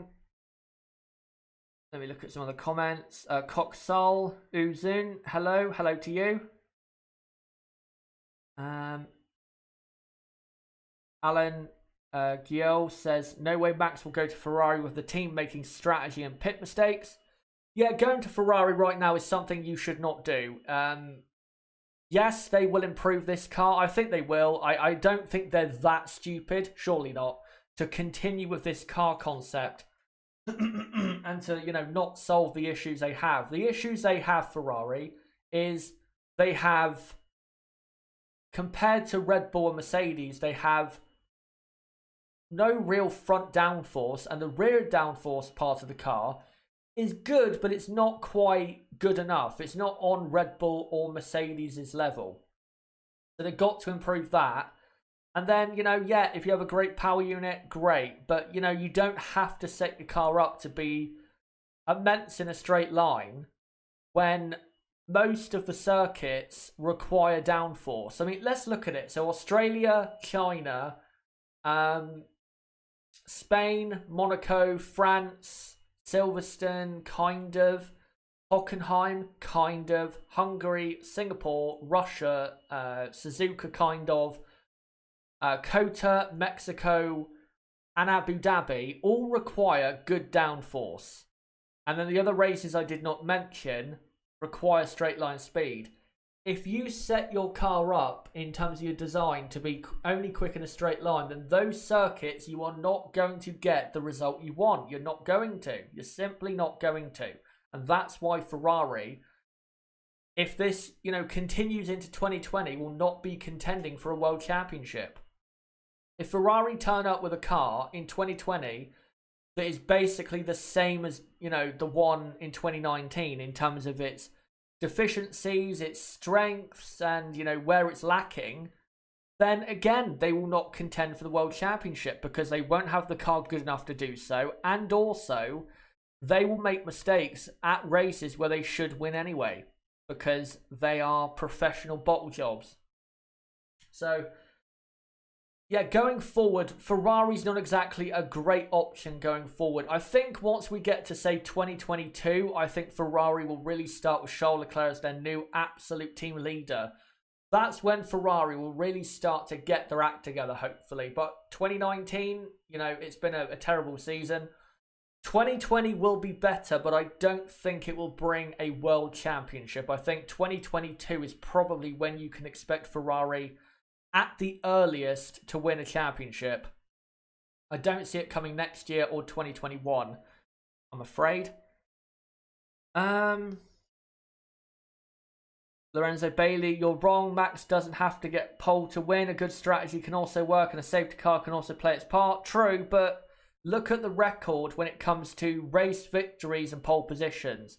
The pole position man has won the Singapore Grand Prix in 2009, 2010, 2011, 2013, 2014, 2015, 2016, and 2018. You see what I mean? There's only like 3 races in the history of the Singapore Grand Prix where the man who's won the race has not been on pole. If you're on pole, you've got a 75% chance of winning based on history. So I think, I'm perfectly entitled to say that.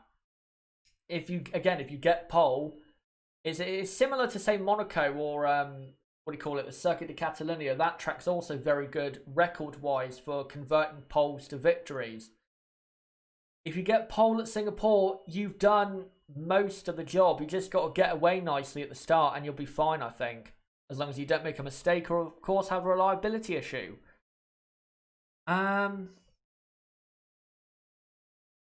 Let me look at some more comments here. Robert says, this season I understand that downforce is much more important than power unit. Yep, that's probably the first time it's been more important or significantly more important than, straight line speed. It's the first time it's been like that since probably 2013, because since 2014 up to 2018, you could have as much downforce as you like. You don't have the straight line speed, you are not going to do as well as you want to. But in 2019, even though you have the straight line speed with some teams, they still don't have, if they don't have the downforce, they can't get the results that they probably would normally get in certain cars or eras where straight line speed was so important.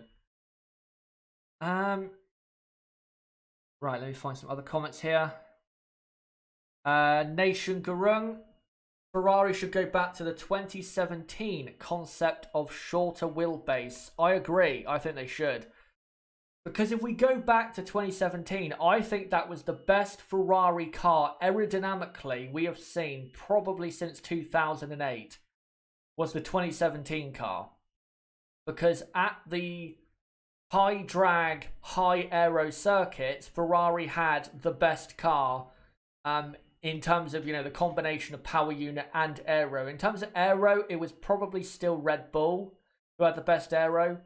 But because of the shorter wheelbase, yeah, Ferrari had a great car at these circuits. And the shorter the wheelbase you do have, then the better you are going to go at tracks where downforce is more important. And again, most of the circuits on the calendar require good amounts of downforce. So I don't see why Ferrari are so against going back to that. And also, if you look at it, in 2017, Ferrari's power unit was good, but it was not as good as the Merc power unit.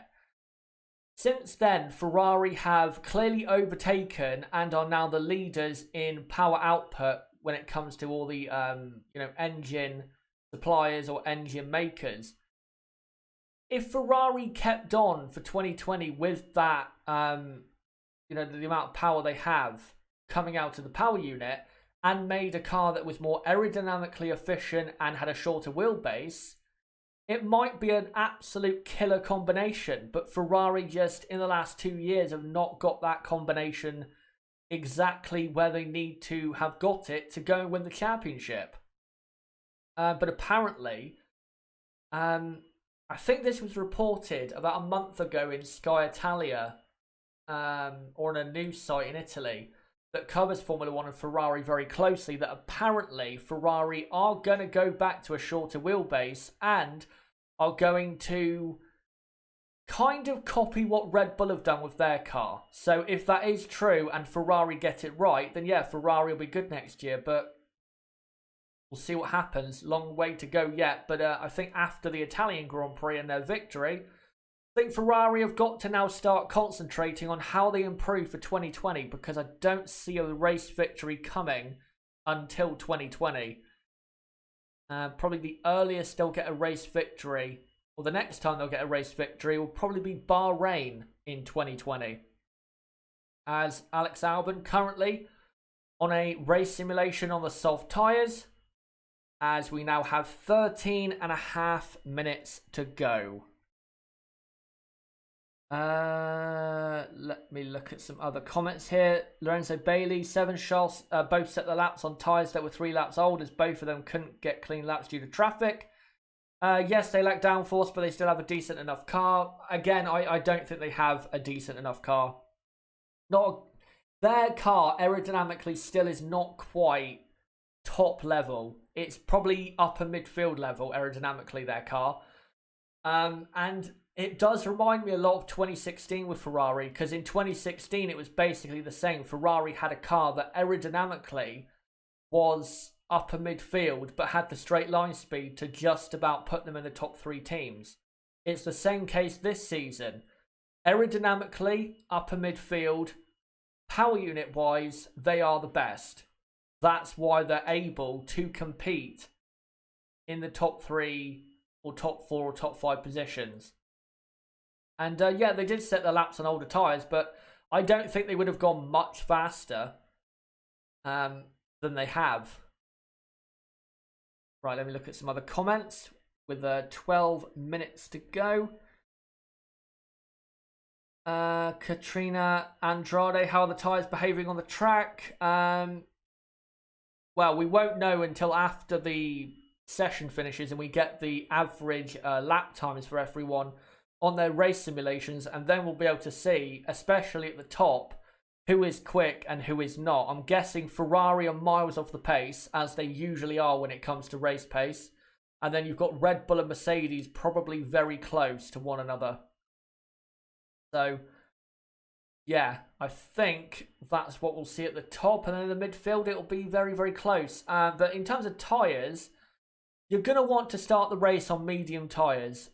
Or maybe even hard tyres. You do not want to start this race on Sunday on soft compound tyres, because they will go away so quickly compared to the medium and hard tyres. They won't be going off to the point where you need to pit on like lap 5 or anything, but if you're on medium tyres, you'll be able to go a lot longer than you would on soft tyres.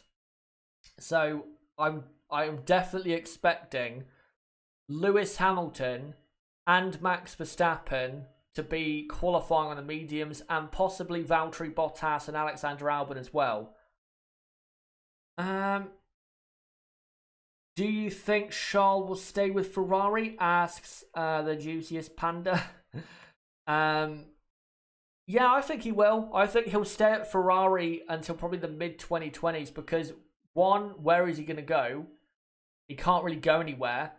And Ferrari, as much as I criticised them, they're still going to be able to win races in the next couple of years, even if they can't win the championship. So they're still going to be good enough, again, to win races. But when it comes to winning a championship, I think he may have to leave Ferrari to do that.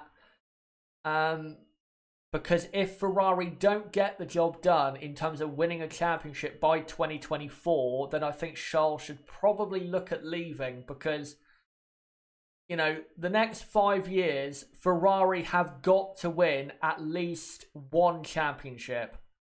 Drivers or constructors, they've got to. If they don't win a championship in the next 5 years, I don't think Ferrari will win a championship for quite a long time.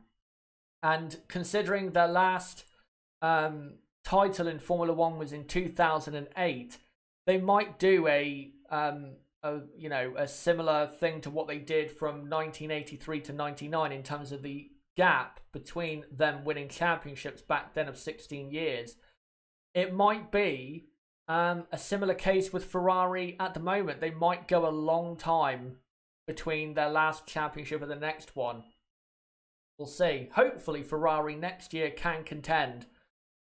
I think they're probably the least likely team to contend based on this season, and I think this season is a prelude to 2020. I think 2020 will just be an evolvement of 2019 in terms of where the drivers and teams are at, as also they prepare for 2021. But yeah, hopefully they can contend, because it would be great to see Ferrari contend for the World Championship. Right, let me look at some other comments here.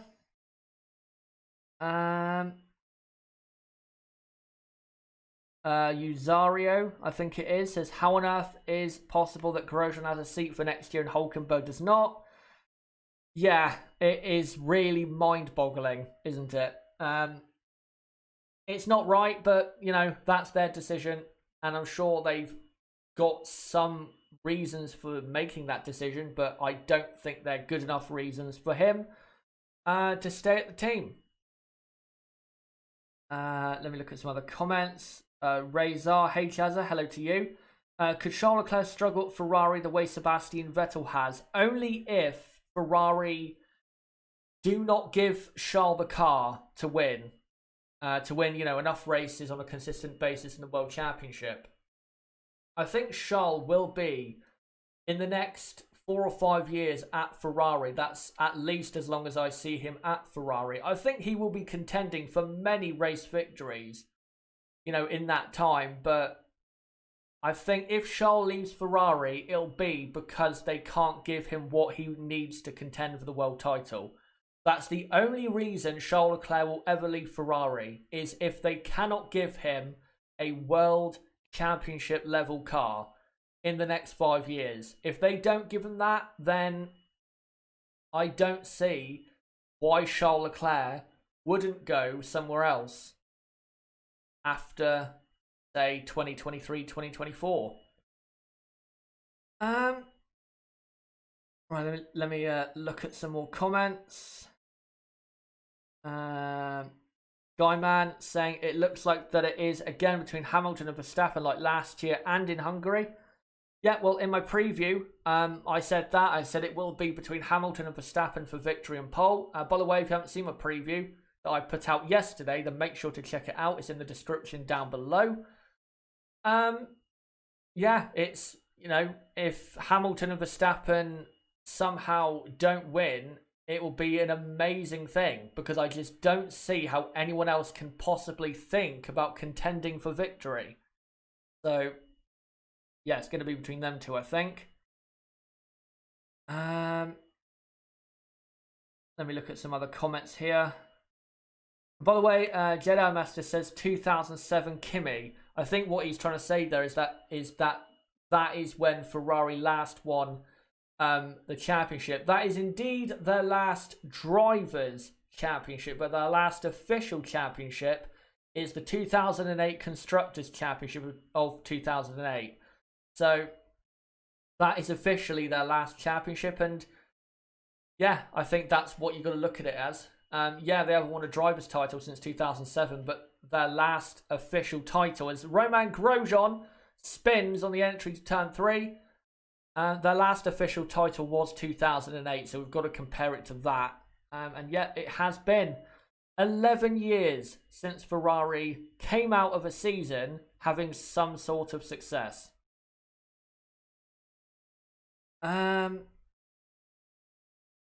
Guyman says Charles stays with Ferrari as long as he can. Even as Ferrari is slow, he stays. Again, for the next couple years, yes. But I think once he gets older, more experienced, and gets to the prime of his career, if Ferrari still cannot give him a good enough car, he will, like other drivers in Ferrari's past have, get fed up with the lack of car they've been given, and he'll leave. You know, it's happened with Alain Prost. He got fed up and left. Who else? Fernando Alonso. Sebastian Vettel, I think, at this point is kind of getting to that point now, even though he was given a good enough car in 2017 and 2018. So I think, again, if we get to 2023, 2024, and Charles Leclerc is still at Ferrari, but has still not had a proper crack at the World Championship because Ferrari haven't given him a good enough car, then I think Charles Leclerc will then start to look at other teams and where he could go, because the grass in a few years' time might be greener somewhere else. As we now have 3.5 minutes to go, and just to read out the order for anyone listening, I forgot to do so on a couple of occasions. It is Lewis Hamilton leading this session, from Verstappen second, then Vettel third, then Bottas, Albon, Leclerc, Sainz, Hulkenberg, Norris and Gasly. That's the top 10. And then from P11 to P20, it's Kvyat, Ricciardo, Perez, Giovinazzi, Stroll, Raikkonen, Grosjean, Russell, Magnussen and Kubica. F1 right now, of course, is on their race run, so that order will not be moving around anymore, as we're only 3 minutes away from session over. Lorenzo Bailey says Red Bull can't give Max a championship-winning car yet. He's still at Red Bull.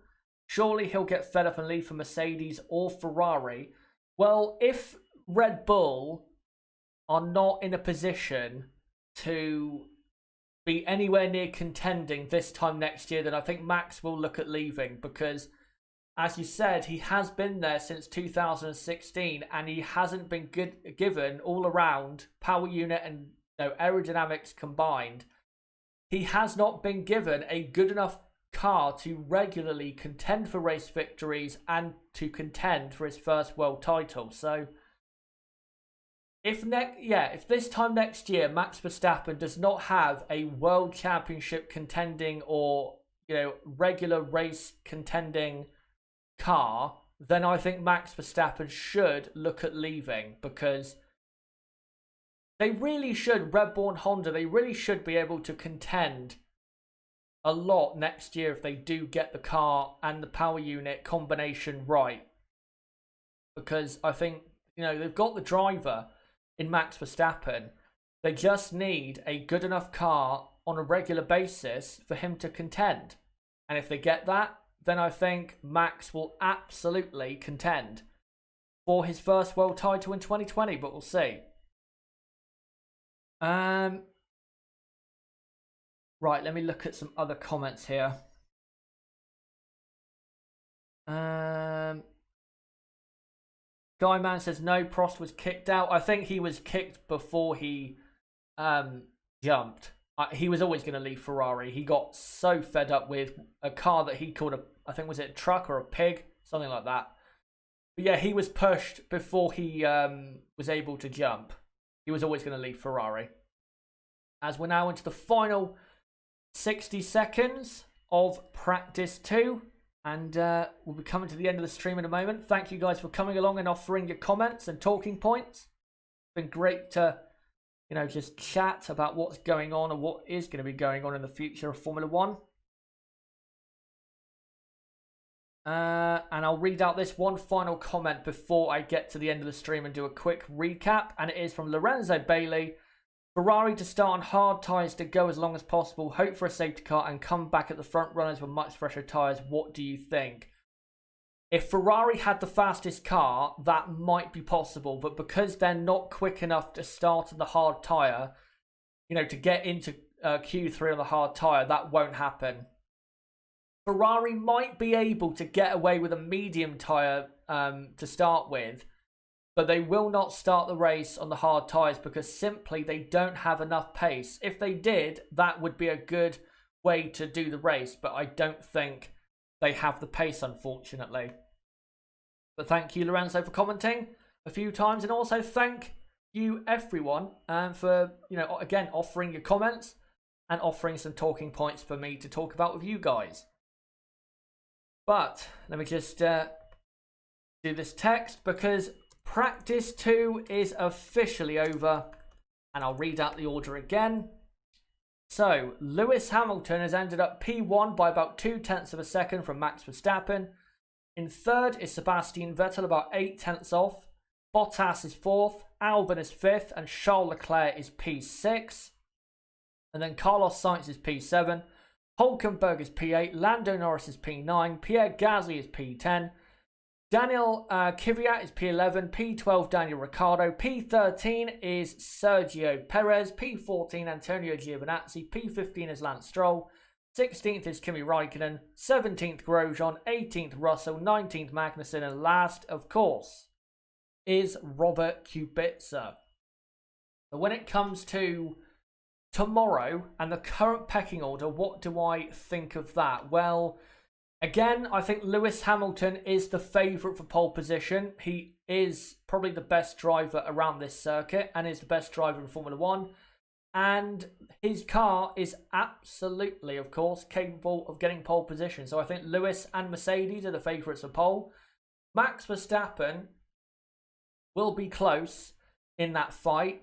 But Red Bull, I don't think, have as good a car. It's still close at this circuit, but I think Mercedes are slightly ahead of Red Bull around Singapore.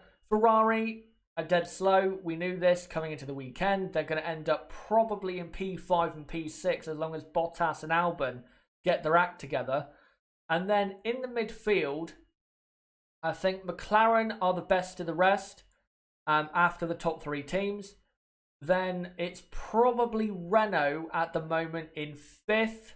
And then Toro Rosso as 6th. And then after that, I'd say Racing Point as 7th. Again, though, we haven't seen what Racing Point can really do, because Perez's soft tyre run was done at the very start of the session. So who knows what Perez could have done in practice 2 today.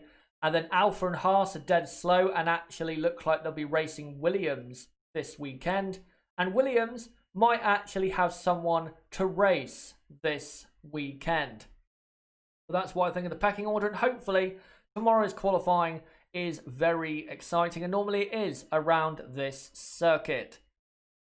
But guys, that is it for this stream and for practice 2 at the 2019 Singapore Grand Prix. And thank you guys for coming along and being part of the stream. Great to have you all along as always. And hopefully you guys will join me tomorrow at 1 p.m. UK time, the same time I went live today. 1 p.m. UK time for the build-up and then the live coverage of qualifying for the 2019 Singapore Grand Prix. And then shortly after that, around say 3:45 p.m. to 4 p.m. UK time, will be my review of qualifying. So don't forget to subscribe and hit the notifications bell for that content coming up very soon. You can subscribe on the bottom right of the screen, remember, and hit the notifications bell. Make sure to go to my homepage and do it there. And if you haven't subscribed on the bottom right of the screen, then do it at my homepage. Also, don't forget to hit the like button for more content like this, as it does help me or help up the channel, you know, grow and stuff like that. And it does help me, you know, see if you guys do enjoy the content. Also, comment down below what you thought of this video, and comment down below, going into qualifying, what do you think will happen based on what we've seen so far at Singapore? And if you want to comment any further on the talking points I talked about in the final 35-40 minutes of practice, then go ahead and continue those talking points. Also, don't forget to join my Discord server. Best place for notifications for my streams and videos is the Discord server, so don't forget to join that. Link below in the description. And also, it is the hardcore Chazza HDF1 community, and on a race weekend, it is quite active.